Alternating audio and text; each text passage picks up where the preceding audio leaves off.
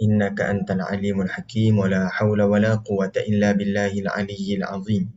Qala rabbi shrah li sadri wa yassir li amri wahlul 'uqdatam min lisani yafqahu qawli, amma ba'd. Pertama dan selamanya kita panjatkan kesyukuran kepada Allah Subhanahu wa taala. Allah beri kelapangan kepada saya dan tuan-puan untuk bertemu pada petang ini ya. Jadi insya-Allah pada petang ini kita masuk kepada perbincangan tajuk yang baru, masih lagi pada keindahan bahasa Al-Quran. Seingat saya tuan-puan, pada pertemuan yang lepas kita bincangkan pada perbahasan sifat ya. Dan saya rasa kita dah bentang habislah tentang sifat ni.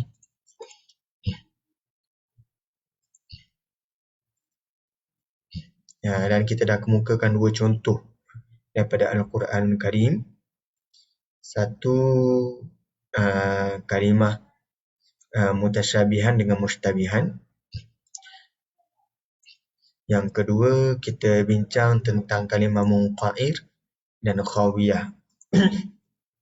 Itu seingat saya ya. Jadi hari ini kita akan teruskan lagi perbincangan tentang mufrad, muthanna dan jamak dalam Al-Quran Karim ya.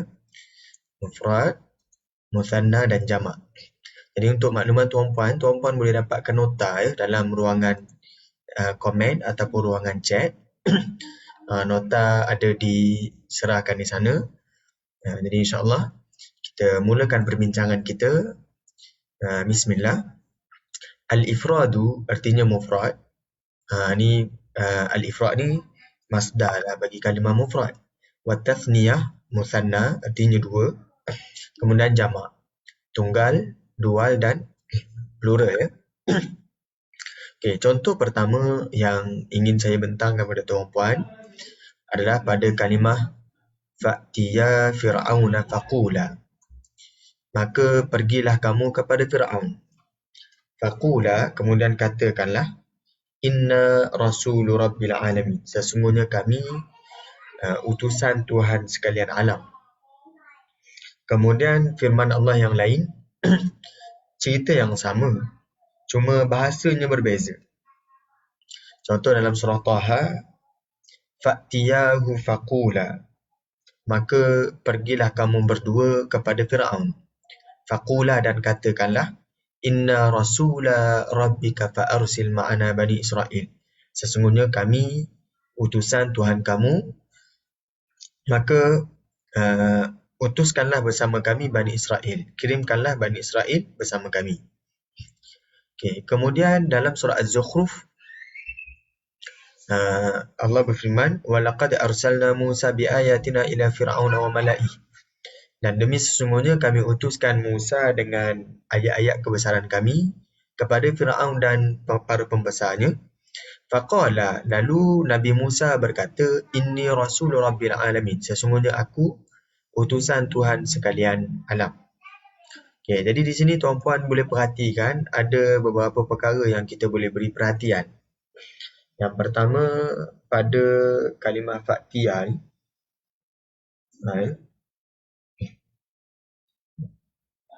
Pada kalimah fa'tiyah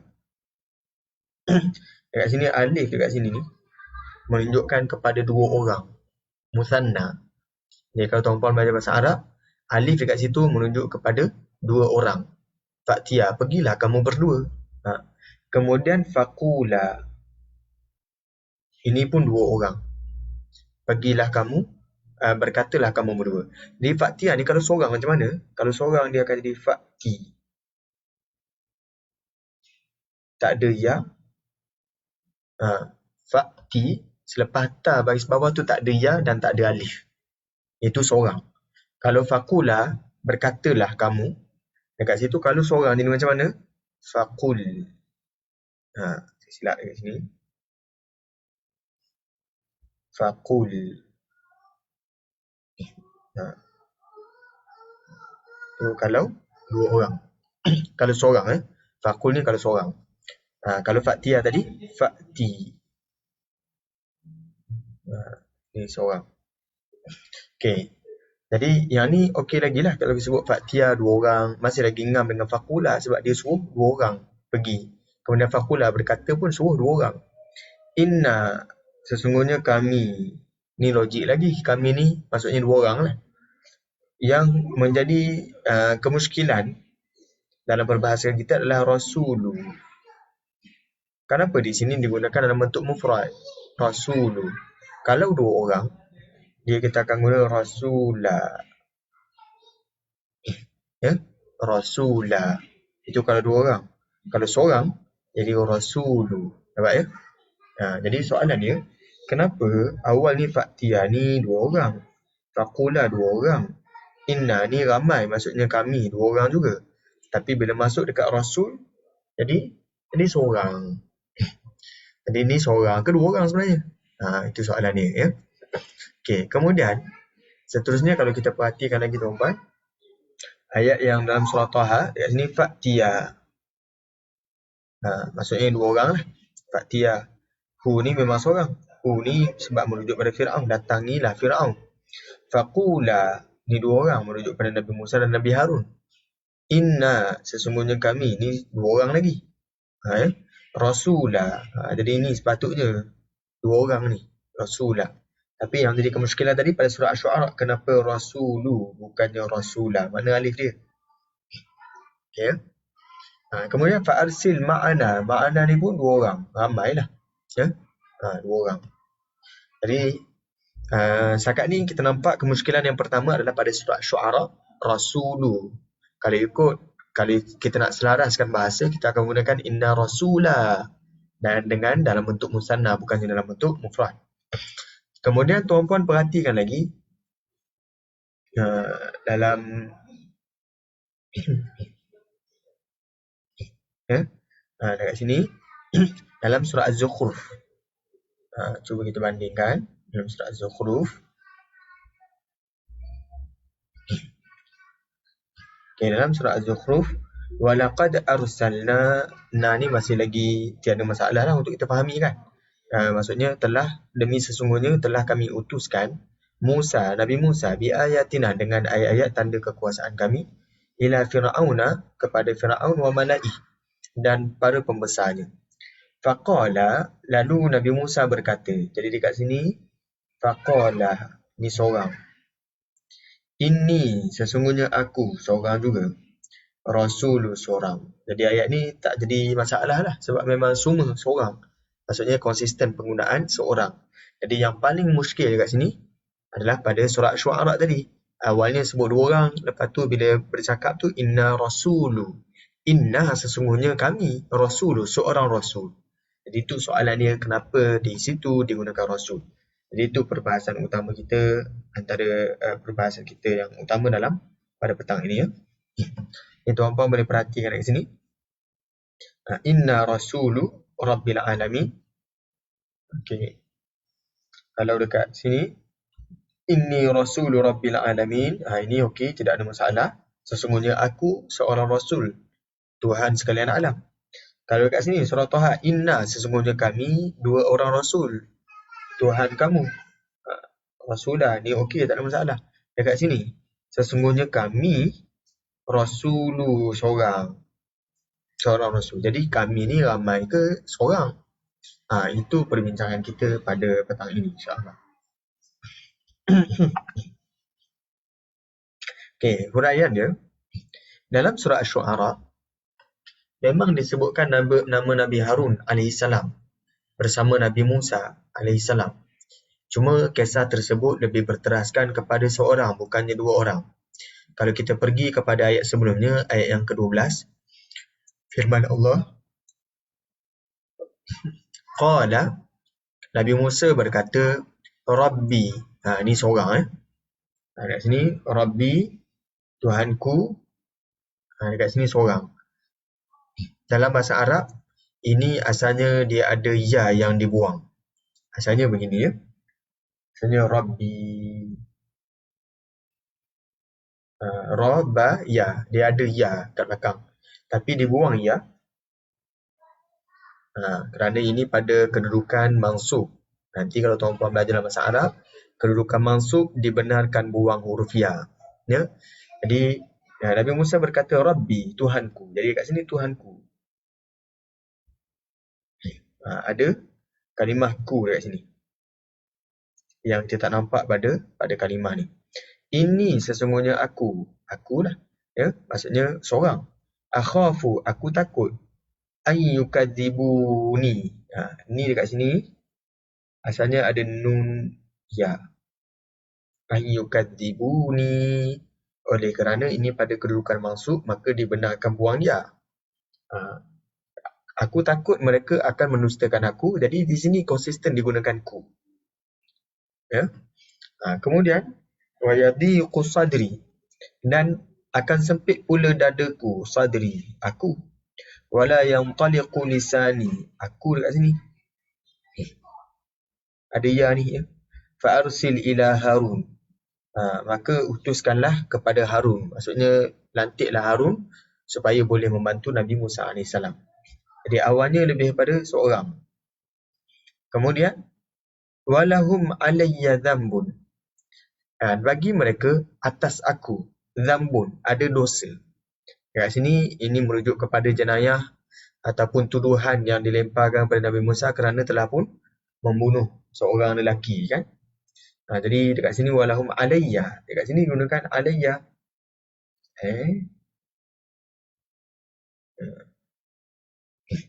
Alayya. Kemudian fa akhafu, maka aku takut. Masih lagi aku. Ayyaqtuluni, asalnya nun ya.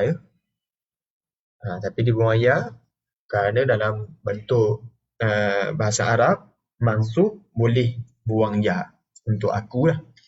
Jadi dekat sini ada 3, semua ni konsisten lagi digunakan aku. Okay, kita perhatikan seterusnya qala kalla. Allah berfirman kalla, sesekali tidak, fadhhaba, dekat sini digunakan 2 orang. Kamu pergilah 2 orang. Maksudnya Nabi Musa dan Nabi Harun. Bi ayatina, dengan ayat-ayat kami, inna ma'akum mustami'un. Jadi dekat sini satu lagi. Ma'akum. Ni sebut 2 orang. Kenapa dekat sini tak sebut inna ma'akuma? Dalam bahasa Arab kita bincangkan lah ni. Kenapa daripada 2 orang pergi kepada 3 orang? Inna ma'akuma mustami'un. Jadi bentuk ini peralihan daripada aku kepada kamu 2 orang. Ini disebut sebagai uslub al-iltifat. Dah dapat dah tu. Alhamdulillah. Uslub al-iltifat ni asas dia adalah tujuan dia untuk menarik perhatian pembaca. Itu asas yang pertama. Tetapi dia ada makna lagi, objektif yang lain ya. Tapi dekat sini antaranya al-iltifat, antaranya adalah untuk memberi perhatian daripada aku kepada kamu berdua. Kemudian daripada kamu berdua ni pergi kepada kamu ramai. Dekat sini ma'akum ni. Ma'akum ni jadi kemuskilan lah, daripada fadhhaba kepada ma'akum. Nampak ya? Okey, jadi ini antara soalan yang boleh dimunculkan. Okey, kemudian tadi ma'akum, dekat sini fa'tiya, 2 orang balik. Maka datangilah kamu berdua Fir'aun, faqula, 2 orang balik. Inna, ramai, kami. Rasulu, seorang. Jadi kenapa Rasul disebut seorang dekat sini ya? Kemudian disebut an arsil ma'ana, kami. So ini tak ada masalah. Jadi dekat sini ada 2 kemuskilan. Satu pada kalimah Rasul, yang kedua pada ma'akum tadi. Inna ma'akum mustami'un. Okey, jadi saya boleh jawab yang ma'akum dahulu sebelum saya jawab yang lain. Sebab yang lain ni ada dalam tulisan ni lah. Okey, inna ma'akum mustami'un menunjukkan ayat ini adalah sesuai sepanjang zaman. Walaupun sedang menceritakan tentang Nabi Musa dan Nabi Harun, tapi kisah itu diceritakan untuk pengajaran semua orang. Ya. Jadi kat sini inna ma'akum mustami'un, sesungguhnya kami mendengar bersama-sama kamu. Kami bersama kamu turut mendengar. Jadi inna ma'akum. Kamu dekat sini tidak hanya dibataskan kepada Nabi Musa dan Harun. Bila digunakan kum dekat sini, bukannya Nabi Musa dan Harun sahaja, boleh juga difahami bahawa orang yang bersama Nabi Musa dan Nabi Harun. Tu maksud yang pertama. Maksud yang kedua, boleh juga difahami dengan ma'akum dekat sini, merujuk kepada orang yang beriman baik zaman Nabi Musa dan Nabi Harun ataupun zaman sekarang, zaman Nabi SAW. Ayat ni turunkan kepada Nabi. Jadi kat sini inna ma'akum, merujuk kepada Nabi dan para sahabat ma'akum. Ya. Terjemahan yang ketiga, jadi dekat sini boleh jadi ini adalah salah satu bentuk kalimah yang merujuk kepada kehormatan, ya, kedudukan. Contohnya kalau saya bersembang dengan dengan orang yang lebih tinggi pangkat dia daripada saya, dalam bahasa Arab dia tak ada macam kita sebut better, patik, tuan hamba kan. Dia sebut anak anta je. Tak ada kalimah yang lain daripada anak anta. Melainkan kalau saya bercakap dengan tuan puan yang pangkat lebih tinggi daripada saya takkan lagi guna kalimah anta, saya akan guna antum. Walaupun tuan puan seorang. Ya? Contohnya kalau saya bagi, selalunya bila kita sebut terima kasih kan, selain daripada sebut jazakallahu khairan, ada rakan kita yang sebut jazakumullahu khairan walaupun bercakap seorang. Sebab apa disebut jazakumullah khairan? Perbandingan antara jazakallahu khairan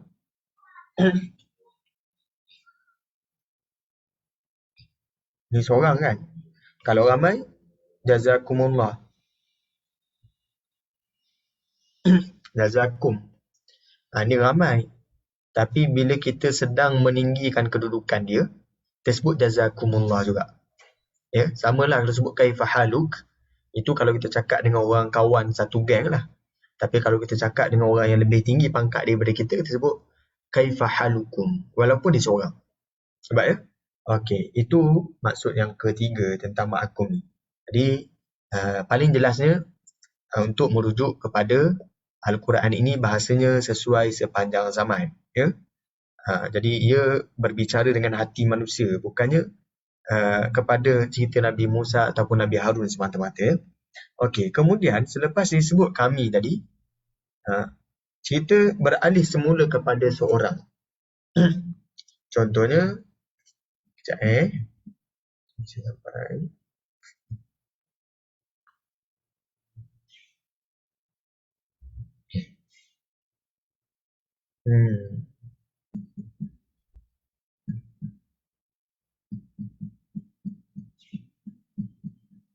Dia ada rakan kita tanya kelas ni kat mana ya?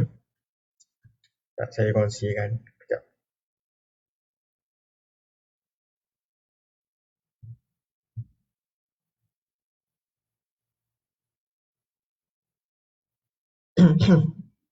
Okay, saya teruskan. Cerita ni diteruskan lagi dengan seorang wali ya.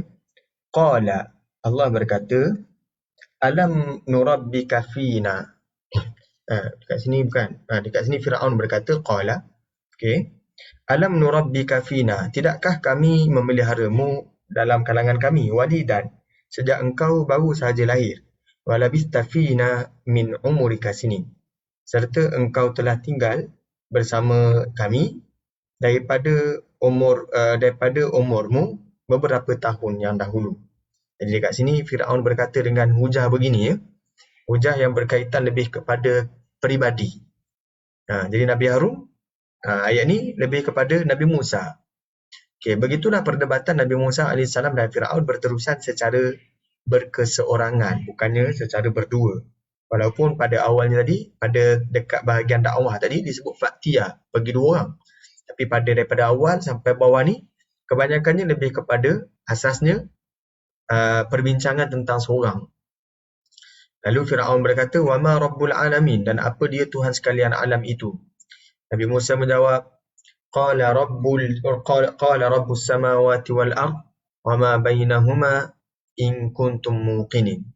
Dialah yang memiliki, dialah Tuhan langit dan bumi dan antara langit dan bumi, in kuntum muqinin, kalau betullah kamu orang yang yakin.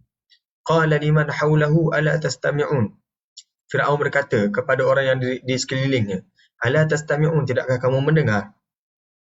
Qala rabbukum wa rabbu abaikumul awwalin. Nabi Musa kata, Tuhan kamu dan Tuhan nenek moyang kamu yang terdahulu, Allah Ta'ala. Ya? qala inna rasulakumul ladzi ursila ilaikum lamajnun. Dia nampak ayat dekat sini masih lagi digunakan rasula, masih lagi dalam bentuk seorang. Dekat sini rasula. Ya. Kemudian disebut lagi qala rabbul masyriqi wal maghribi wa ma bainahuma in kuntum ta'qilun, masih lagi cerita tentang seorang ya. Okey. Kita perhatikan lagi macam mana Firaun melemparkan kata-kata ugutan kepada Nabi Musa juga dalam bentuk berkesorangan, tidaklah disebut kepada Harun ya. Qala la in ittakhadta. Kat sini perhatikan ittakhadta.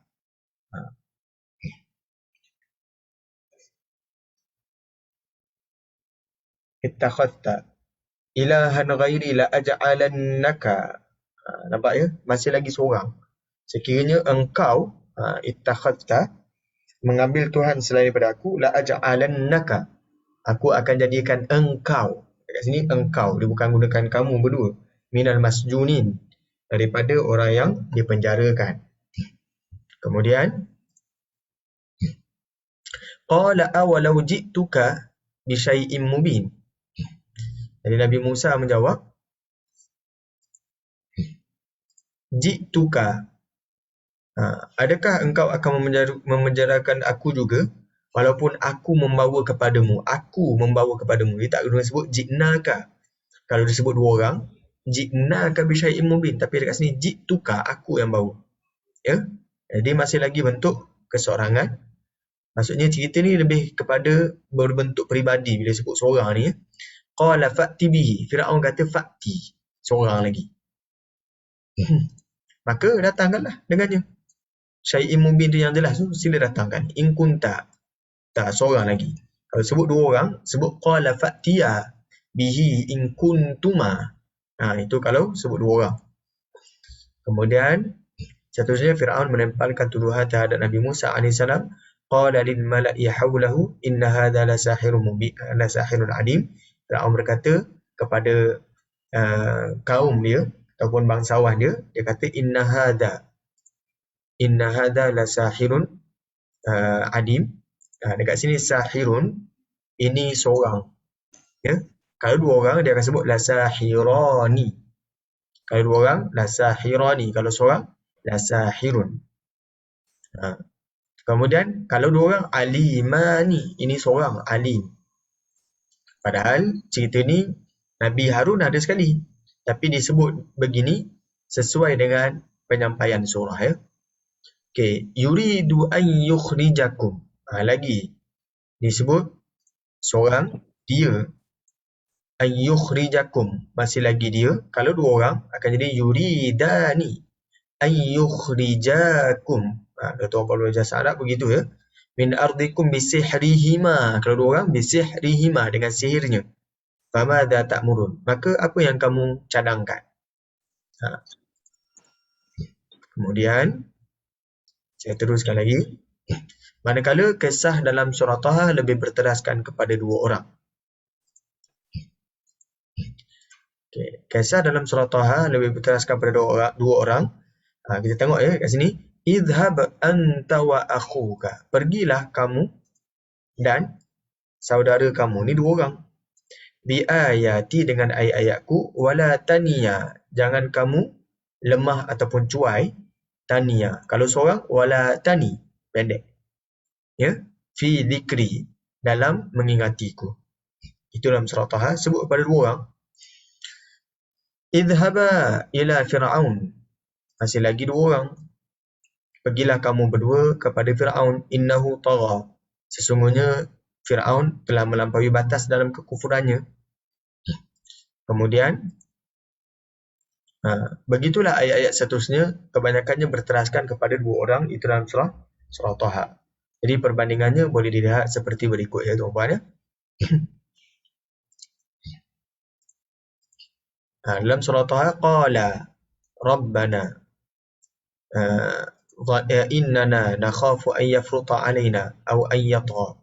Qala, mereka berdua berkata, Rabbana, Tuhan kami, innana, sesungguhnya kami ya, innana nakhafu, kami, an yafruta alaina, kami juga dekat sini alaina. Tapi dekat sini dalam surah Asy-Syu'ara, alayya, seorang. Maksudnya bagi mereka atas aku dekat sini bukan disebut kami. Fa akhafu, aku, ayyaqtuluni, aku juga kat belakang ni. Dia nampak ada beza kalimah dalam surah Taha dan dalam surah Asy-Syu'ara. Ya. Jadi sesuai dengan penyampaian surah Asy-Syu'ara, lebih kepada Asy-Syu'ara, penyair. Surah ni lebih memberi pengajaran pada sudut media. Jadi sesekali pendakwa diuji di hadapan media, ya. Di media kata dia ni ada banyak dosa, dia ada kesilapan dia ni. Dekat sini walahum alayya dzambun fa akhafu an yaqtulun. Jadi aku takut juga ada orang kecam aku ni, aku takut mereka akan bunuh aku. Bukan sangat kena kecam, tapi kena bunuh. Okey, kemudian ayat yang ke-47. Qad ji'naka. Nampak? Qad ji'naka, sesungguhnya kami datang kepada engkau. Dalam surah Asy-Syu'ara, awalau ji'tuka, dia tak sebut ji'naka, ji'tuka. Kemudian dalam surah Taha, qalu, mereka berkata, in hadhani, sesungguhnya dua orang ini, hadani. Dekat sini inna hadha, seorang, sesungguhnya ini. La sahirani, dua orang. Dekat sini la sahirun, seorang. Yuridani, dekat sini alimun, seorang. Ayyukhrijakum, selagi dua orang. Yuridani ayyukhrijakum min ardikum bisihrihima, dua orang. Wa yadhhaba bitariqatikumul muslah. Dua orang ni tidak lain dan tidak bukan, mereka ni adalah ahli sihir yang ingin mengusir kamu daripada tanah kamu dengan sihir mereka berdua. Wa yadhhaba bitariqatikumul muslah, dan hendak melenyapkan kepercayaan serta adat peraturan kamu yang utama. Tapi dekat sini kalau kita bandingkan dalam surah Asy-Syu'ara, yuridani, dua orang. Surah Asy-Syu'ara, yuridu, seorang. Ayyukhrijakum, dua orang. Dekat sini ayyukhrijakum, seorang. Min ardikum bisihrihima, dua orang. Dekat sini bisihrihi. Famadza ta'munun. Jadi kita nampak asas penyampaian Al-Quran dalam surah Asy-Syu'ara lebih kepada perseorangan, berbanding dalam surah Taha lebih kepada dua orang, ya. Oleh kerana surah Taha lebih berteraskan kepada dua orang, Allah Subhanahu wa taala berfirman menggunakan bentuk dual. Inna rasula rabbik, sesungguhnya kami dua orang rasul Tuhanmu. Jadi rasulah ni dua orang rasul. Kalau kita belajar bahasa Arab, mungkin ada yang bertanya, Ustaz, bukan dua orang kena rasulani ke? Bukan dua orang. Kalau saya belajar dalam bukan rasulun. Kalau dua orang rasulani. Yang ni dia jadi buang nun. Nun tak ada. Sebab apa? Sebab ini adalah mudhaf. Mudhaf ni apa? Kata nama yang disandarkan kepada nama yang lain. Kata nama yang ditambahkan kepada nama yang lain, jadi dibuang nun. Nun ni bunyi tanwin lah. Kalau sebut tanwin, dalam bahasa Arab, tanwin. Sekejap,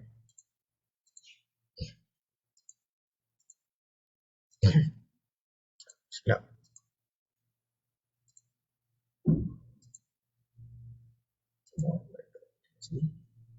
Okay. Kalau dalam bahasa Arab, ni andaikan ni whiteboard lah, ya. Okey, tanwin.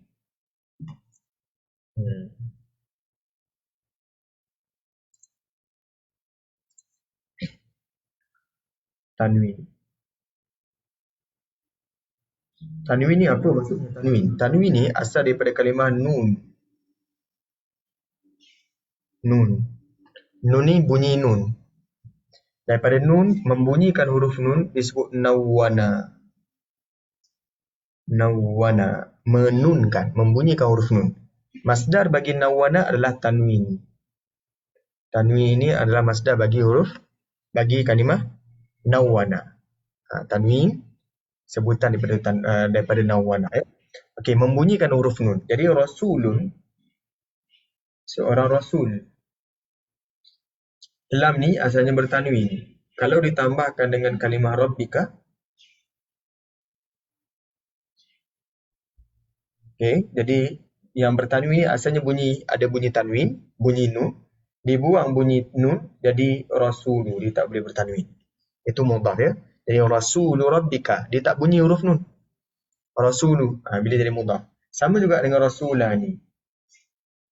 Rasulah ni, bila jadi mudhaf, digabungkan dengan kalimah yang lain, rabbika. Jadi nun dekat sini dibuang bunyinya, jadi rasula rabbika. Itu asas dalam bahasa Arab, mudhaf, bunyi tanwin dihilangkan. Ya, jelas ya setakat ni insya-Allah. Okey. Saya teruskan. Oleh kerana surah Asy-Syu'ara lebih berteraskan kepada seorang walaupun ada isyarat keberadaan Nabi Harun alaihissalam. Allah Subhanahu Wa Taala berfirman menggunakan bentuk tunggal. Macam mana bentuk tunggal kat sini? Cara bentuk tunggal kat sini, asalnya Rasulun ada tanwin, tapi dibuang tanwin ni, bunyi nun ni dibuang. Sebab apa? Dia dalam keadaan mudhaf. Dalam keadaan mudhaf dibuang huruf nun, jadi hilanglah bunyi nun ni, bunyi tanwin ni. Jadi rasulu rabbika. Nampak ya? Okey.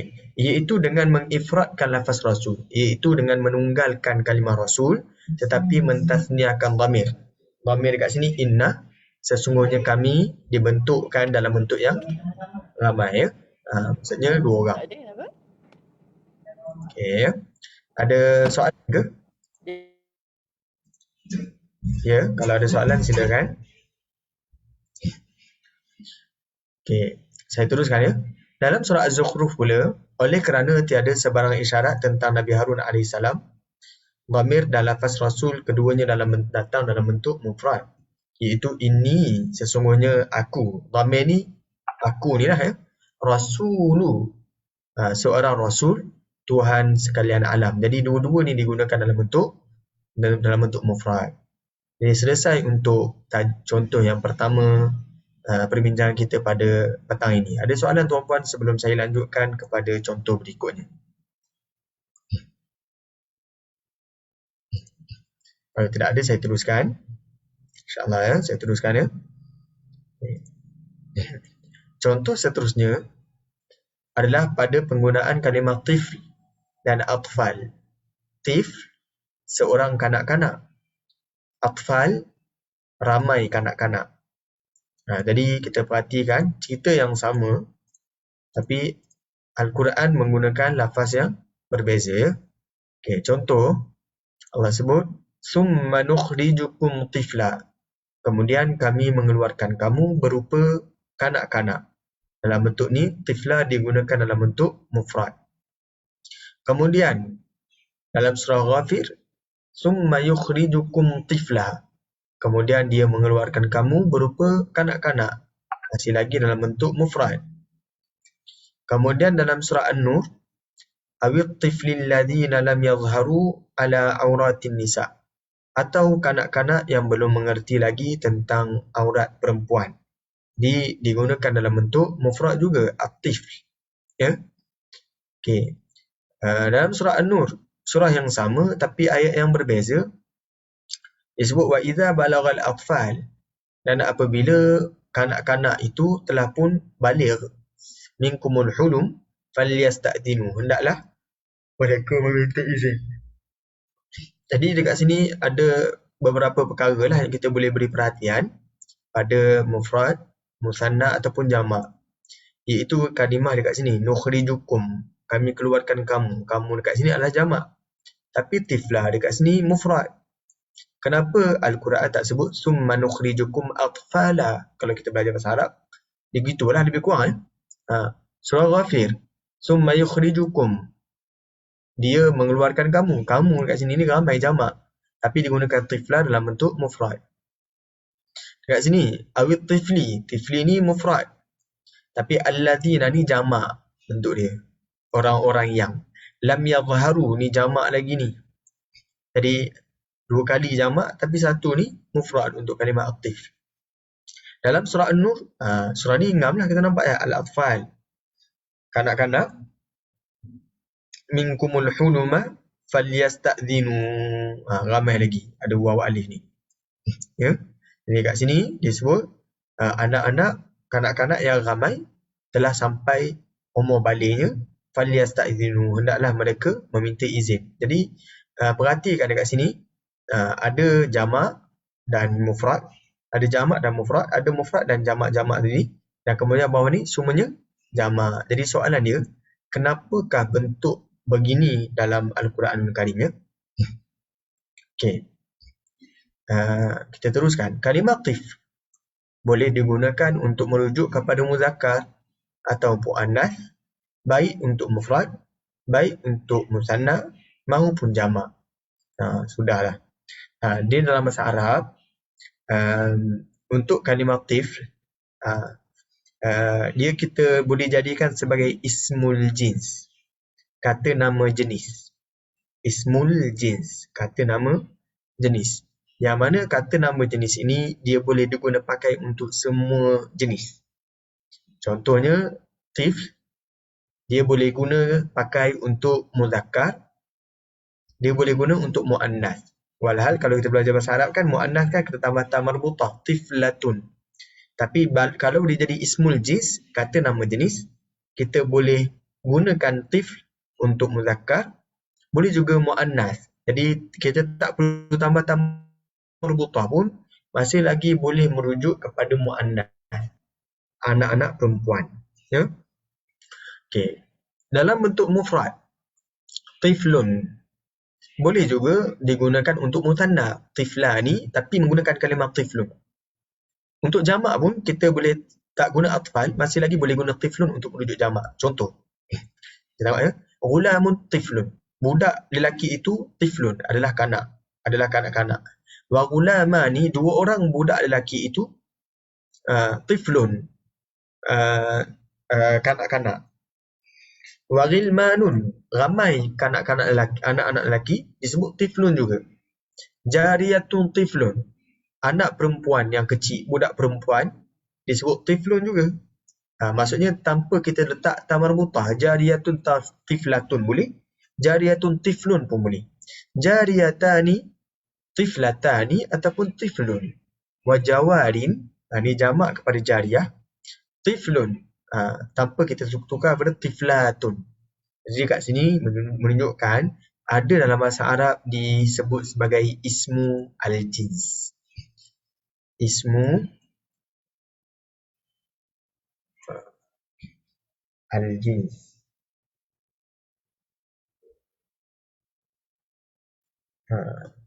Isim jenis, kata nama jenis.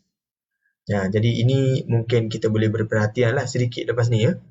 Ataupun paling kurang kita tahulah ada pendedahan secara ringkas tentang ismu al-jins. Okey, jadi itu bentuk yang pertama. Boleh juga digunakan secara kias, iaitu sebagai mana kaedah nahwu biasa yang kita pelajari. Seperti ghulamun tiflun, kalau jariyatun tiflatun, ghulamani tiflani, jariyatani tiflatani, kemudian ghilmanun atfalun, jawarin tiflatun. Itu kalau menurut kaedah nahwu biasa. Cuma dalam balaghah dan dalam nahwu pun sendiri dia ada satu tajuk disebut ismu al-jins, kata nama jenis. Jadi untuk mereka yang di peringkat awal belajar nahwu, mungkin ini benda yang berat ataupun benda yang barulah. Tapi untuk mereka yang tidak ada pendedahan nahwu, senang sikitlah saya nak terangkan. Sebab dia jadi benda yang samalah, benda yang baru semua untuk dia ya. Dekat sini, ini adalah penggunaan dalam balaghah dan dalam nahwu pun sebenarnya dia masih lagi menepati kaedah. Dia sebut ia bukan lebih kepada perbincangan nahwu, tapi lebih kepada perbincangan mat al-lughah, matnu al-lughah ya. Dia ada satu subjek dalam bahasa Arab disebut sebagai matnu al-lughah, matan lughah. Iaitu kita meneroka manuskrip lama, kita cek juga teks-teks dalam bahasa Arab yang pada zaman yang dijadikan hujah. Jadi pada zaman itu semuanya boleh dijadikan panduan dalam bahasa Arab kita. Jadi antaranya penggunaan ini ismu al-jins. Jelas ya? Okey, jadi untuk ayat tadi tak ada masalah. Untuk ayat ni tak ada masalah guna summa nukhrijukum tifla sebab ini adalah ismul jins. Summa yukhrijukum tifla ini adalah ismul jins. Dalam surah An-Nur, awit tiflil ladina tak ada masalah. Wa idza balagal atfal pun tak ada masalah nak guna dalam bentuk bukan ismul jins pun ikut kaedah nahwu biasa, iaitu kita menggunakan jamak. Cuma soalan dia kenapa penggunaannya tak konsisten? Maksudnya kalau tadi kita sebut yang ni tak adalah pelik sangat kalau sebut mufrad dengan maksud dia adalah ismul jins. Cuma soalan dia kenapa tak konsisten? Kalau sebut al-atfal, aktif, gunalah semuanya aktif. Dalam surah An-Nur pun sebutlah wa idza balaghat tiflu minkumul hulum. Ya? Tetapi kenapa? Ataupun sebaliknya guna al-atfal semua, summa nukhrijukum atfala, summa yukhrijukum atfala, awil atfalul ladzina lam yadhharu ala auratin nisa. Wa idza balagal atfalu, kan senang, maksudnya seragam. Tapi soalannya kenapa dia tidak seragam? Kalau yang tadi tifla itu dah dijawab dalam pada perspektif matnun lughah. Tapi dekat sini bila sebut al-atfal, kenapa tak seimbang, tak seragam ini? Ini soalan kita. Macam tadilah rasulu, kenapa tak semua jadi rasulu, kenapa dekat situ rasulah? Ya? Ataupun sebaliknya. Jadi dekat sini kita sebut selain daripada matnun lughah dilibatkan, antaranya adalah konsep dalam kemukjizatan Al-Quran. Kata Al-Imam As-Suyuti, ketidakseragaman dalam Al-Quran menunjukkan ia bukan kalam manusia biasa. Kalau manusia biasa mungkin dia akan letakkan benda tiflah, tifl semua. Ataupun atfal je semua.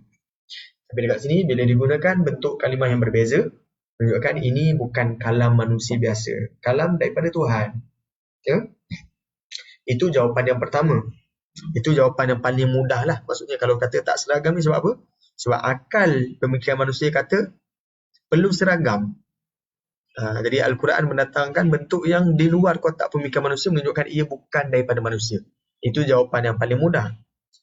Contoh andai kata selepas ini tuan-puan jumpa bentuk-bentuk yang lain lagi. Contoh dari sudut ejaan, dari sudut bacaan. Kenapa tak seragam? Paling kurang kita boleh jawab itu daripada Allah Subhanahu Wa Taala, bukan daripada manusia. Itu jawapan yang paling mudah kita jawab. Jawapan yang kedua, mungkin kita boleh bincangkan hikmah ataupun kita cuba gali pada sudut bahasa Arab. Adakah atau mungkinkah ada perbezaan pada makna? Atau mungkinkah ada kesan kepada makna? Itu yang kita nak bincang. Ya? Jadi yang ni saya dah sebutkan pada sudut bahasa Arab. Ya? Pada sudut matnun lughah. Oleh itu, penggunaan tif untuk jamak merupakan penggunaan biasa dalam pada lisan-lisan Arab, pada lidah-lidah orang Arab. Cuma apabila Al-Quran menggunakan kedua-dua bentuk pada tempat yang berbeza, sudah tentu ada nilai makna yang halus boleh didapati daripada ayat tersebut. Konteks ayat tersebut jika kita cermati adalah seperti berikut. Okay. Firman Allah, ya ayyuhan nasu in kuntum fi raibin minal ba'ts. Wahai umat manusia, sekiranya kamu menaruh syak, yakni ragu-ragu tentang kebangkitan makhluk, fa inna khalaqnakum min turab. Jadi cara nak jawab untuk orang yang ragu-ragu tentang hari kebangkitan adalah kita ceritakan tentang penciptaan. Sesungguhnya kami menciptakan kamu daripada turab, daripada tanah. Summa min nutfah, kemudian daripada air mani. Summa min alaqah, kemudian daripada alaqah, sebuku darah beku. Kemudian summa min mudghatin mukhallaqah, kemudian dari seketul daging yang disempurnakan kejadiannya, wa ghairi mukhallaqah, dan yang tidak sempurna kejadiannya. Linubayyina lakum, untuk kami jelaskan kepada kamu. Wa nuqirru fil arhami ma nasha', dan kami letakkan dalam rahim-rahim ibu apa yang kami kehendaki. Ila ajalin musamma, sehinggalah pada tempoh yang tertentu. Thumma nukhrijukum tifla, kemudian kami keluarkan kamu sebagai tifla, sebagai budak. Thumma litablughu ashuddakum, kemudian supaya kamu boleh sampai ke peringkat umur dewasa. Wa minkum man yutawaffa, Dalam kalangan kamu ada yang dimatikan semasa kecil ataupun dewasa. Wa minkum man yuraddu ila arzalil umur. Dan dalam kalangan kamu ada pula yang dilanjutkan umurnya sehinggalah umur yang sangat tua, likai la ya'lama min ba'di ilmin syai'a. Sehingga ia tidak mengetahui lagi sesuatu yang telah diketahuinya dahulu, iaitu golongan nyanyuk lah. Maksudnya dia dah tak ingat. Wa taral arda hamidatan. Dan kamu melihat bumi itu kering. Fa idza anzalna 'alaihal ma', maka kemudian apabila kami turunkan hujan menimpanya, ihtazzat, bergeraklah tanah tu, warabat, dan gembur membusuklah ia, wa ambatat min kulli zawjin bahid, dan ia pula menumbuhkan berjenis-jenis tanaman yang indah permai. Jadi kat sini ada beberapa perkara dari sudut mufrad, musanna, jamak ni yang kita boleh bincangkan. Yang pertama, fa inna khalaqnakum, kami ciptakan kamu, min turabin. Kenapa tak sebut jamak bagi tanah? Sebab tanah ni dia kalau dalam kita sebut dalam bahasa Inggeris kan, uncountable kan, yang tak boleh dihitung tanah ni. Sebab itu dia datang dalam bentuk mufrad. Okey, nutfah. Kemudian nutfah, air mani. Kenapa tak digunakan dalam bentuk jamak? Nutafin. Ya. Kemudian alaqah, darah beku. Kenapa tak dijadikan dalam bentuk jamak? Ya, mudghah. Tak dijadikan dalam bentuk jamak. Sedangkan khalaqnakum, kum dekat sini adalah jamak. Okey. Kemudian al-arham, rahim-rahim ibu disebut dalam bentuk jamak. Yang tadi ni dalam bentuk mufrad. Summa nukhrijukum, kamu, ramai lagi jamak. Ini mufrad balik. Summa litablughu, ramai. Ashuddakum, ramai, jamak. Ya. Jadi itu soalan yang kita bangkitkan. Isu jamak dan mufrad ataupun ismul jins. Kenapakah ada ketikanya digunakan dalam bentuk ismul jins, ada ketikanya digunakan dalam bentuk jamak. Okey, kita bandingkan dengan surah Ghafir. Surah Ghafir Allah berfirman, huwallazi khalaqakum min turab. Masih lagi bentuknya lebih kurang. Dialah yang menciptakan kamu, jamak. Min turabin, ini ismul jins. Summa min nutfah, daripada nutfah ni pun ismul jins. Summa min alaqah, ini ismul jins. Summa yukhrijukum, ini jamak, ini ismul jins. Berat ke tuan-puan? Okay. Kalau berat maklumkan, saya cuba pemudahkan bahasa saya insya-Allah. Okay. Kemudian litablughu, ini jamak. Ashuddakum jamak. Summa litakunu jamak. Syuyukhan ni pun jamak. Syuyukhan. Kalau mufrad ataupun ismul jins kita sebut syaykhan. Kalau ismul jins kita akan sebut syaykhan. Ya, itu ismul jins. Tapi dekat sini dia guna dalam bentuk jamak. Okey, wa minkum man yutawaffa min qabl. Ada orang yang Allah matikan sebelum dia tua. Walitablugu ajalan musamma, supaya kamu sampai pada tempoh yang tertentu, wala'allakum taqilun, dan mudah-mudahan kamu berfikir, kamu berakal. Itu surah Ghafir. Okey, kemudian kita perhatikan lagi dalam surah An-Nur, sabda Nabi SAW ajarkan, sabda Nabi ke perkataan Umar, rasanya kata Umar ajarkan wanita-wanitamu surah An-Nur. Jadi lepas ni tuan-puan, ada yang mencadangkan surah An-Nur ni perlu dibentangkan di setiap rumah. Ya. Apapun tentang surah An-Nur ni lebih kepada hukum hakam dalam rumah tangga, ya. Jadi antaranya adab-adab seorang hamba ataupun adab-adab seorang anak dalam berinteraksi dengan ibu bapa. Okey. Antaranya firman Allah ayat yang ke-58, ya ayyuhalladzina amanu, wahai orang-orang yang beriman, liyasta'dzinkumul ladzina malakat aymanukum, hamba-hamba kamu hendaklah meminta izin daripada kamu, walladzina lam yablughul hulum, begitu juga anak-anak yang belum baligh, ya. Salasa marrat, 3 kali. Dekat sini bukanlah bermaksud anak yang dah baligh tak perlu minta izin, bukan. Ya. Ini kita sebut mafhum dia mafhum muwafaqah. Dalam ulum Al-Quran dia ada satu segmen yang disebut sebagai mafhum muwafaqah. Mafhum al-muwafaqah. Maksudnya bila Allah kata anak yang tak balik lagi kena minta izin, bukanlah bermakna anak yang dah balik tak perlu minta izin, bukan. Anak yang dah balik lagilah kena minta izin. Itu maksudnya mafhum al-muwafaqah. Lawan dia mafhum al-mukhalafah. Mafhum al-mukhalafah ni, kalau anak yang tak balik kena minta izin, anak yang dah balik tak perlu minta izin. Itu mafhum mukhalafah. Ini mafhum muwafaqah. Maksudnya kalau kita sebutkan dalam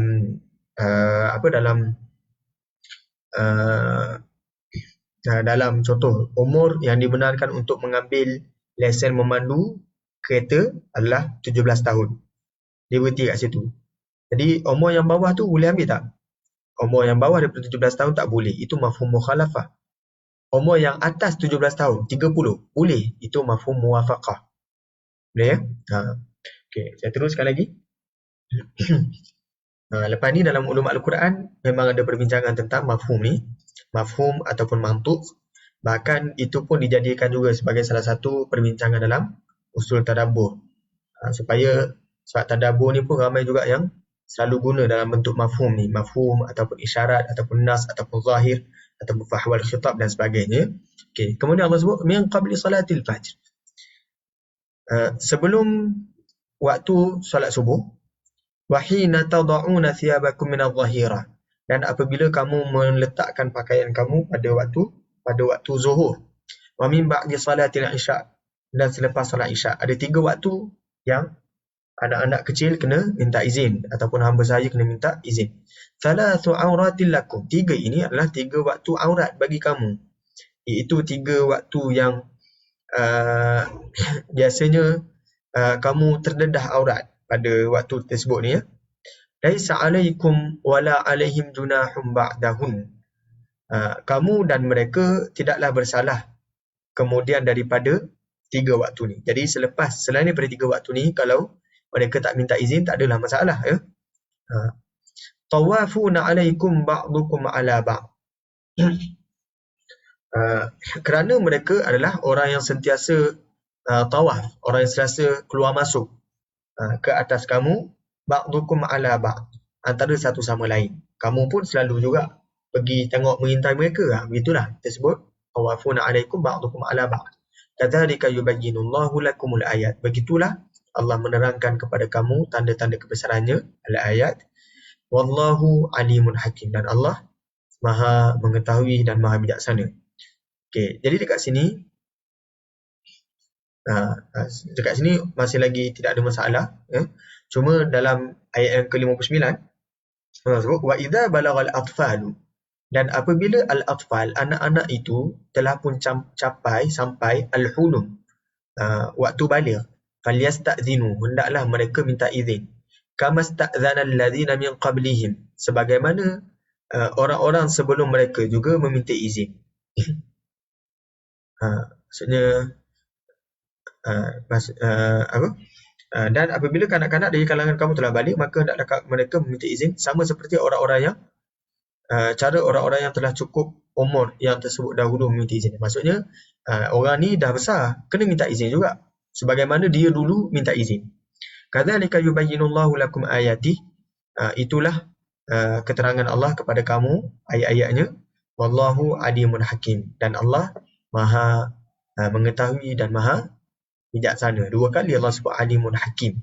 Jadi dalam bab urusan rumah tangga ni, Allah lah yang paling Maha bijaksana dalam menguruskan hal rumah tangga. Jadi kita ambil pengajaran daripada Al-Quranul Karim. Antaranya surah An-Nur, antaranya surah At-Talaq, antaranya surah At-Tahrim, cerita yang bercerita tentang rumah tangga. Bahkan cerita hal rumah tangga ni Allah memulakan bicaranya dengan ya ayyuhan nabi, wahai nabi, dalam surah At-Talaq dan surah At-Tahrim kan. Cerita tentang rumah tangga tapi disebut wahai nabi. Kenapa dijadikan nabi pula sebagai khitab, sebagai yang dipanggil untuk hal rumah tangga? Itu boleh dijadikan satu perbincangan menunjukkan bahawa nabi pun tidak terlepas dalam bab urusan rumah tangga. Kemudian suruhan itu disuruh kepada nabi, maka orang awam lebih utama untuk mengamalkan suruhan tersebut. Disebutkan panggilan dalam Al-Quran sifatnya sifat sejagat, bukan kepada Nabi sahaja, walaupun secara zahir disebut pada Nabi, tapi sebenarnya panggilan itu merujuk kepada semua yang ada rumah tangga ya. Okay, jika kita bandingkan konteks di atas, ayat pada surah Al-Hajj dan surah Ghafir, kedua-duanya menceritakan tentang penciptaan manusia daripada tanah, kemudian daripada setitik air benih, kemudian daripada sebuku darah beku. Struktur penceritaan ayat berkenaan penciptaan manusia adalah pada bentuk jenis, bukannya pada bentuk individual.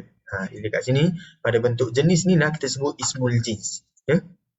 Dekat sini lah pada bentuk jenis ni ismu al-jins, bukannya pada bentuk individual. Tidak heran jika ayat tersebut tidak menggunakan mudghat. Mudghat ni jamak ya. Ataupun alaqat, ataupun nutaf. Nutaf ni jamak kepada nutfah, iaitu pada bentuk jamak. Sebaliknya, Al-Quran menggunakan nutfah, alaqah, mudghah, iaitu pada bentuk mufrad yang sebenarnya boleh memberi makna al-jins. Ini selain daripada mufrad, ia juga adalah ismu al-jins, kata nama jenis. Oleh itu, nutfah, alaqah, mudghah akhirnya mengeluarkan tifla. Oleh kerana nutfah digunakan dalam bentuk jins, alaqah digunakan dalam bentuk jins, mudghah digunakan dalam bentuk jins, maka kelahiran bayi tersebut digunakan tifla dalam bentuk al-jins. Okay.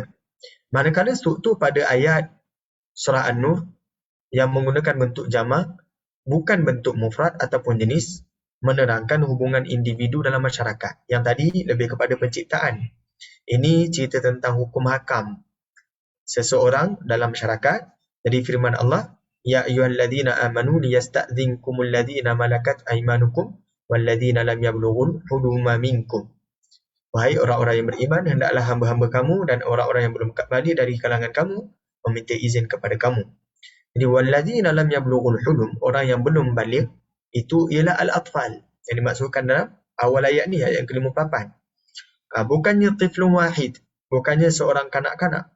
Oleh itu disebut pada ayat yang ke-59, wa idza balagal atfalu. Disebut al-atfalu, datang dalam bentuk jamak kerana konteks ayat sedang menceritakan perihal jamak, bukannya cerita tentang mufrad, ataupun jenis. Maksudnya kalau tadi cerita tentang penciptaan, ia lebih berbentuk maksudnya daripada alaqah, mudghah, nutfah dan sebagainya, muncullah tiflah. Jadi secara kalau tidak melibatkan orang lain pun, dia masih lagi boleh diguna pakai tentang penciptaan ni. Maksudnya kalau orang lain tak tahu pun, tak ada orang lain, dia hidup ni seorang aja dekat dalam dunia ni. Dalam dunia ni, dekat bumi ni, dia seorang aja yang mengandung. Kemudian dia seorang aja yang lahir. Itu tak menjadi masalah, tak memberi kesan. Tapi yang ini, ayat dalam surah An-Nur ni, sebab dia hidup dengan orang. Dia melibatkan dia hidup dengan orang. Kalau tak ada orang lain, hukum hakam ni tak ada lah. Hukum hakam ni, kalau mak ayah dia tak ada, hukum hakam ni tak ada. Ya? Jadi sebab dia melibatkan hubungan dengan orang lain, maka digunakan al-atfal. Itu salah satu pengajaran yang lain ya. Berbanding dari sudut bahasa tadi, itu ismul jins ataupun jamak. Tapi kalau kita keluar daripada lingkungan tentang bahasa, kita relatekan dengan sains sosial, maksudnya isu sosial, oleh kerana dia ada orang yang sekeliling dia nak kena hidup bersama, maka digunakan dalam bentuk jamak berbanding dalam bentuk ismul jins. Ya? Pada sudut pandang yang lain pula, ayat dalam surah An-Nur menekankan aspek hubungan kemasyarakatan, dan ini memerlukan tanggungjawab secara bersama, bukannya secara individual. Okey, tuan-puan ada soalan sebelum kita teruskan lagi, ataupun ada tambahan ataupun ada luahan, silakan. Kalau tidak ada soalan, saya teruskan lagi. Okey, persoalan lain boleh timbul, iaitu ini bahasa buku ya, bahasa terjemahan. Maksudnya saya ambil ni betul-betul daripada bahasa Arab dia itulah. Maksudnya yumkinu an natasa'al. Mungkin kita boleh tanya soalan daripada apa yang kita sebutkan tadi. Sebentar tadi telah kita nyatakan bahawa tif boleh juga merujuk kepada jamak. Okey, kenapa kalimah atfal lebih sesuai pada ayat ni? Bukankah kalimah tif juga boleh digunakan masuk dalam surah An-Nur tadi? Kenapa tak guna awit macam awit tiflil ladina? Kemudian wa idza balagal atfalu. Kenapa tak guna wa idza balagat tiflu? Kalau kita katakan tif tu juga boleh merujuk kepada jamak oleh kerana dia adalah ismu al-jins. Jawapannya ialah walaupun kalimah tif boleh merujuk kepada jamak, dalam masa yang sama ia juga boleh merujuk kepada mufrad. Oleh itu penggunaan atfal adalah untuk membuang kebarangkalian makna mufrad pada ayat. Ini dalam bahasa Arab dia ada satu subtopik yang disebut sebagai dalalat, ya. Dalalat. Makna bagi ayat. Dalalat ni dia ada dua jenis. Satu namanya ihtimaliyah. Untuk isu ilmu makna ni dia ada dua jenis. Satu ada ihtimaliyah, maksudnya dia ada kebarangkalian maksud lain.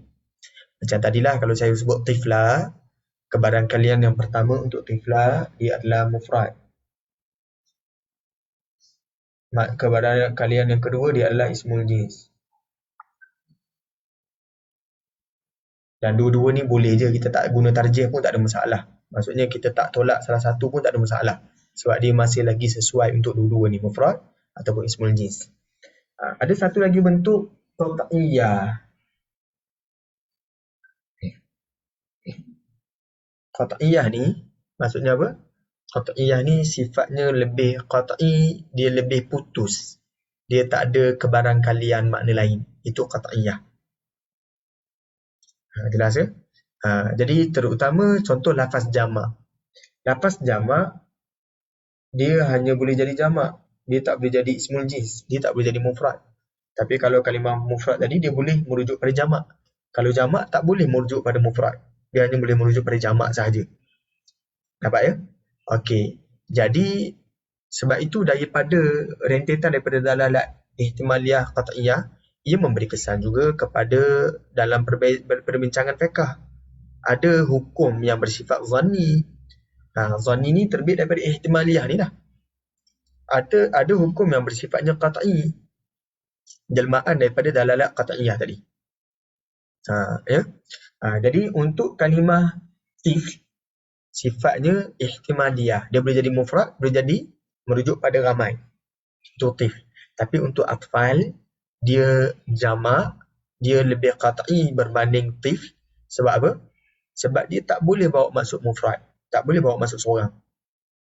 Kalau berat tuan-puan maklumkan ya. Okey. Saya teruskan. Jadi untuk membuang kebarangkalian ni, nak buang ihtimaliyah ni, jadi digunakan lafaz jamak supaya tak difahami dengan maksud mufrad. Boleh ya? Jadi kalau tadi cerita tentang penciptaan manusia, nak difahami dengan maksud mufrad pun tak ada masalah. Nak difahami dengan maksud jamak pun tak ada masalah. Tapi untuk bab melibatkan urusan kemasyarakatan, dia tak boleh. Kena difahami dengan maksud jamak. Sebab tu digunakan bentuk jamak berbanding mufrad. Jadi kita ada berapa hujah dah? Ada 3 hujah kan? Hujah yang pertama tif boleh digunakan untuk mufrad ataupun untuk ismul jins, iaitu untuk jamak dan summa. Musanna pun boleh, muannas pun boleh. Ya. Kemudian hujah yang kedua adalah pada sudut hubungan individu ataupun hubungan kemasyarakatan. Maka untuk hubungan kemasyarakatan digunakan al-atfal, jamak. Untuk yang melibatkan individu, maksudnya kalau tak libatkan kemasyarakatan pun tak ada masalah, itu digunakan dalam bentuk ismul jins. Hujah yang ketiga, kenapa tak digunakan dalam bentuk mufrad untuk al-atfal, digunakan atif untuk membuang kebarangkalian. Ya, jelas ya? Okey. Sekarang ni kita boleh tengok contoh yang lain. Contoh, tapi masih lagi surah yang sama. Surah yang sama dan contoh yang kita sebutkan tadi, cuma ayat yang ke-31.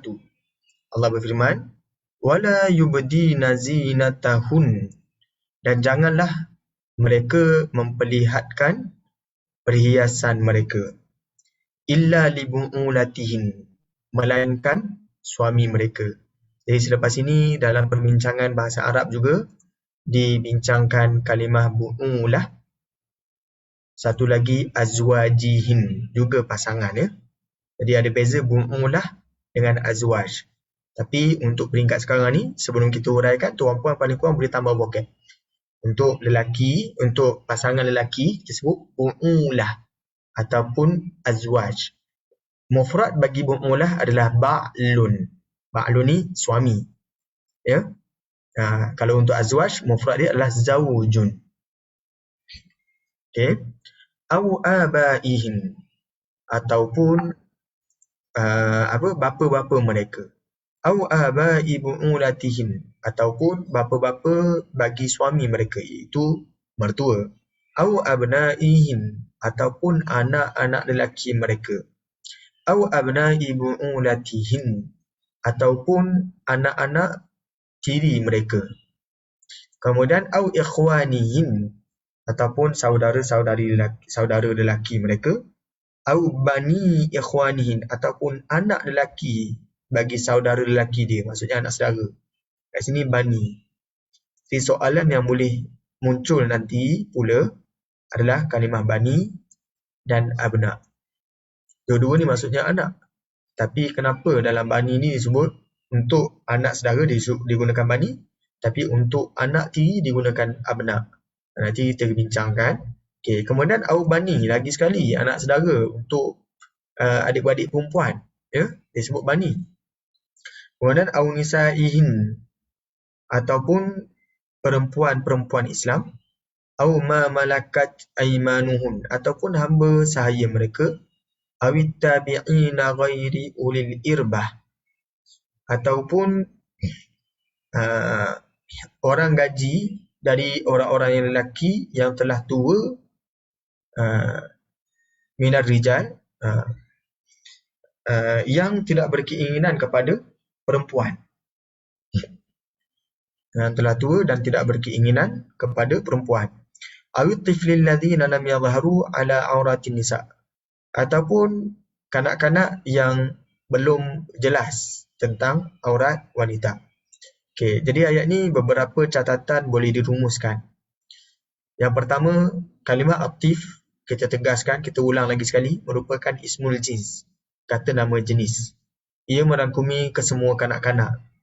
Contoh penggunaan lain dalam bahasa Arab, at-tiflu la ya'i, anak tu tak tahu, anak tu tak perasan, tak sedar. Ya, kita sebut la ya'i, kita guna seorang. Penggunaan ini merujuk kepada kanak-kanak secara umum. Penggunaan ini lebih menyeluruh berbanding penggunaan kata jamak. Contoh disebut at-tiflu la ya'i, budak itu tidak sedar. Jadi dia boleh merujuk kepada umum, ramai pun boleh termasuk dalam ayat ini. Berbanding ayat ni, la atfala fid dar. La atfala fid dar. Tidak ada kanak-kanak dalam rumah tu. Dia sebut kanak-kanak yang ramai tak ada, tapi boleh jadi dalam rumah tu ada seorang kanak-kanak. Ada dua orang kanak-kanak. Yang dinafikan kat sini, ramai kanak-kanak dinafikan. Seorang kanak-kanak boleh jadi ada dalam rumah. Ya? Okey. Tidak menafikan kewujudan seorang atau dua orang kanak-kanak dalam rumah. La atfala fid dar. Dia hanya menafikan ramai kanak-kanak dalam rumah. Tapi kalau seorang boleh jadi ada, dua orang boleh jadi ada. Tapi bukan tiga. Tak ramai kanak-kanak di rumah. Itu sebab tu saya sebut la atfala fid dar. Berbanding jika digunakan la tifla fid dar, tak ada kanak-kanak pun di rumah. Sekarang ni kita menafikan jenis. Dalam bahasa Arab, dia ada satu tajuk disebut la an-nafiyah lil jins. Ya? La an-nafiyah lil jins. Jadi yang ini ni, dia isim bagi la an-nafiyah lil jins. Isim kepada la yang menafikan segala jenis. Jadi dia bukan menafikan seorang kanak-kanak dalam rumah, tapi dia menafikan semua. Tak ada seorang bukan kanak. Ramai ke seorang ke, tak ada dalam rumah. Yang atas ni ramai kanak-kanak yang tak ada kat rumah. Maksudnya yang ada tu seorang boleh jadi ada, dua orang boleh jadi ada. Yang ni ihtimaliyah. Kalau yang bawah ni lebih qat'iyah berbanding atas. Ya. Okey. Yang kedua, kalimah aktif boleh disifatkan untuk muzakkar dan muannas, baik mufrad, musanna maupun jamak. Okey, macam yang kita sebut tadilah, dia ismul jins boleh digunakan untuk semua jenis isim, baik muzakkar, baik muannas, baik mufrad, baik musanna ataupun jamak. Kalimah atif pada ayat ini adalah lebih menyeluruh dan lebih umum. Oleh kerana dia ismul jins, dia adalah lebih menyeluruh dan lebih umum berbanding ke semua golongan manusia yang disebut dalam ayat. Contoh suami, bapa, bapa mertua, anak-anak atau anak-anak tiri, kesemua ini hanya dikhususkan kepada kerabat wanita tersebut sahaja. Yang tadi ni kan, yang maksudnya wanita ni dia tak boleh tunjukkan perhiasan mereka melainkan orang-orang yang kita sebut mahram mereka kan. Jadi mahram mereka boleh tengok mereka punya ni kan, mereka punya perhiasan.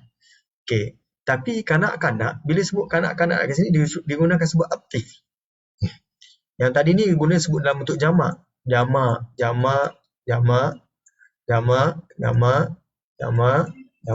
sampailah habis jamak ni semua. Ni pun jamak. Minal rijal jamak. Tapi bila untuk kanak-kanak yang belum kenal pasti tentang aurat wanita, dia guna dalam bentuk isim jins. Dia tak guna dalam bentuk jamak. Soalan dia kenapa? Okey. Kerana kita cuba jawab ni. Manakala kanak-kanak yang disebutkan dalam ayat ini, yang tadi tu jamak sebab apa? Dia lebih khusus. Dia orang yang ada kena-mengena dengan wanita tadi. Jadi orang yang kena mengena dengan wanita tadi tu, dia sifatnya lebih khusus. Tetapi kalau orang yang tak ada kena-mengena, mana-mana budak yang tak boleh kenal lagi aurat wanita, jadi dia tak khusus. Bila tak khusus, ini lebih sesuai digunakan dalam bentuk ismul jins berbanding jamak. Manakala kanak-kanak yang disebutkan dalam ayat ini tidak dikhususkan kepada kerabat wanita itu semata-mata, bahkan merangkumi kesemua kanak-kanak. Sesuai itu, bentuk al-jins digunakan untuk membawa maksud yang lebih menyeluruh. Golongan-golongan manusia lain yang disebutkan pada ayat tersebut merupakan golongan yang mempunyai sudut pandang yang pelbagai terhadap perhiasan tubuh wanita tersebut. Contoh kalau sebut suami, kemudian mertua, kemudian anak saudara kan. Jadi mereka ni orang yang dah dewasa, mereka mempunyai sudut pandang yang tak sama. Bila saudara sendiri, mak sendiri ataupun maksudnya dia yang dia kenal tu, dia sebagai orang dewasa, sudut pandang kegairahannya tak sama dia melihat wanita. Berbanding kalau dengan budak tadi, apa yang mereka mengerti tentang wanita adalah sama. Ya. Kegairahan dan pendirian mereka adalah satu jenis yang sama kerana mereka belum memayyiz. Kemudian yang kelima nanti insya-Allah kita bincang pada pertemuan yang akan datang ya, tentang bani dan abna, antara hujah yang kita akan nyatakan jugalah sebagai menyokong kenapa digunakan kalimah aktif dalam surah An-Nur ayat yang ke-31. Jadi ada beberapa muka surat lagi. InsyaAllah minggu hadapan kita akan bincangkan tentang hal ini ya. InsyaAllah. Tuan-puan ada soalan, ada tambahan ataupun ada luahan, silakan. Saya rasa takut tak sempat dalam 15 minit nak bincang tentang bani dan abna. Berat ke tuan-puan tentang tajuk ni? Saya yakin insya-Allah tuan-puan nanti dah nampak pendedahan secara umum ni. InsyaAllah bila tuan-puan menguasai bahasa Arab, lagilah dapat menghayati penggunaan lafaz dalam Al-Quran Karim. Ya? Kalau tidak ada soalan, saya rasa saya boleh tutup majlis kita pada petang ini. Subhanakallahumma wa bihamdika asyhadu an la ilaha illa anta astaghfiruka wa atubu ilaik. Assalamualaikum warahmatullahi wabarakatuh.